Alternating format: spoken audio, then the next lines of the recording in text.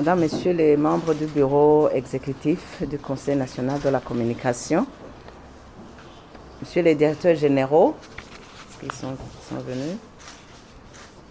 Mesdames, Messieurs les directeurs, Mesdames, Messieurs les cadres du CNC, chers journalistes,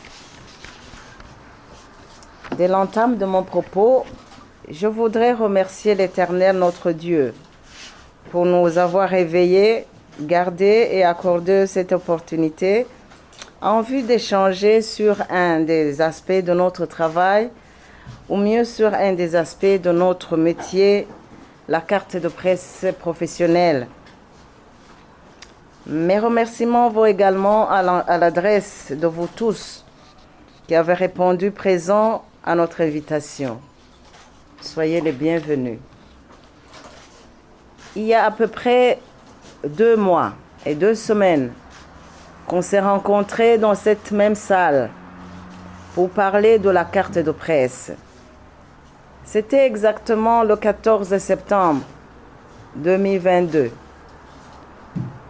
Vous vous souviendrez qu'après une présentation sur la carte de presse, je vous ai rappelé que vous n'avez jamais cessé de dire que le délai de validité de la carte de presse avait expiré depuis avril 2022.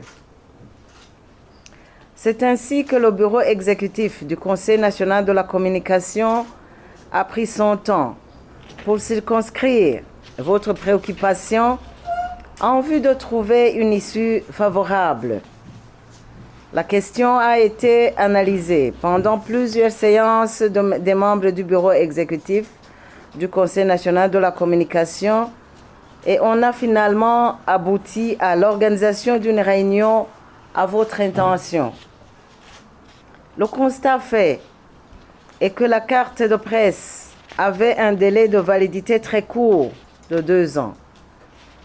Nous avons pensé à un délai de validité de 5 ans, car nous pointons à l'horizon l'échéance électorale de 2027. En effet, la carte de presse ne se cherchait pas pendant les élections, mais bien avant pour s'en servir au bon moment. Les innovations apportées concernaient également les conditions de l'obtention de la carte, que ce soit pour la presse publique ou pour la presse privée. Rappelons que les conditions qui ont été retenues pour qu'un demandeur puisse avoir une carte de presse sont les suivants.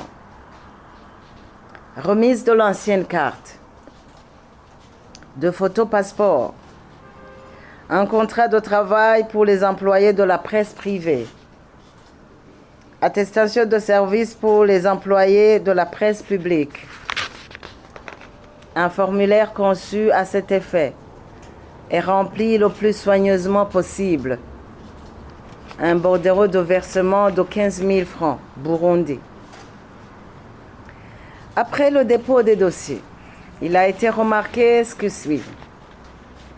Les journalistes qui ont présenté des formulaires dont certaines données n'ont pas été mentionnées, dont l'organe de presse, la date de naissance, la date de délivrance, l'identification de l'employeur, etc., etc.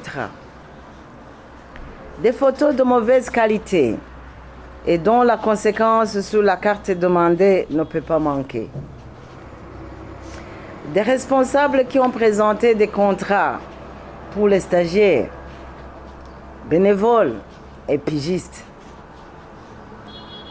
En dépit des difficultés rencontrées, nous avons déjà reçu un nombre non moins important de dossiers des médias demandeurs de la carte pour les journalistes. Pour le moment, nous enregistrons un nombre de 248 cartes que nous allons lancer de façon symbolique.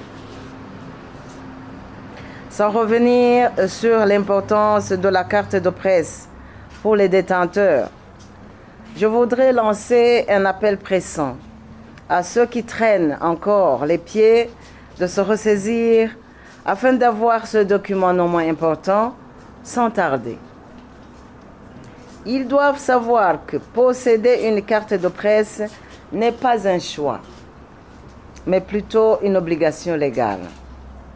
En effet, la carte de presse est prévue par les articles 14, 15 et 16 de la loi du 14 septembre 2018 régissant la presse au Burundi. L'article 14 de la loi précitée dispose que l'exercice de la profession de journaliste et de technicien d'information est libre et garanti par la Constitution de la République du Burundi.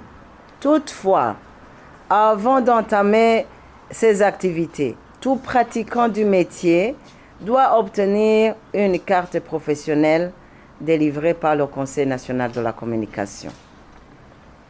Je vous demanderai de continuer à sensibiliser les hommes et les femmes sous vos responsabilités afin qu'ils fassent le mieux d'eux-mêmes pour acquérir la carte de presse qui leur donnera accès à la couverture des activités.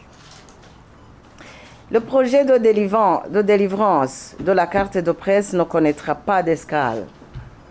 Il continuera toujours son cours normal, car il y aura toujours de nouveaux adhérents au métier, mais également de nouveaux médias qui naîtront. En plus, vos journalistes bénéficiaires de la carte sont priés d'en prendre soin afin qu'elle soit utilisée pendant toute cette période sans être détériorée. Je ne saurais clôturer mon propos sans vous remercier de votre présence et participation à cette séance de lancement officiel de la carte de presse professionnelle. Vive le Conseil national de la communication.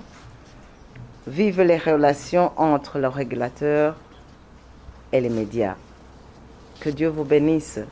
Je vous remercie.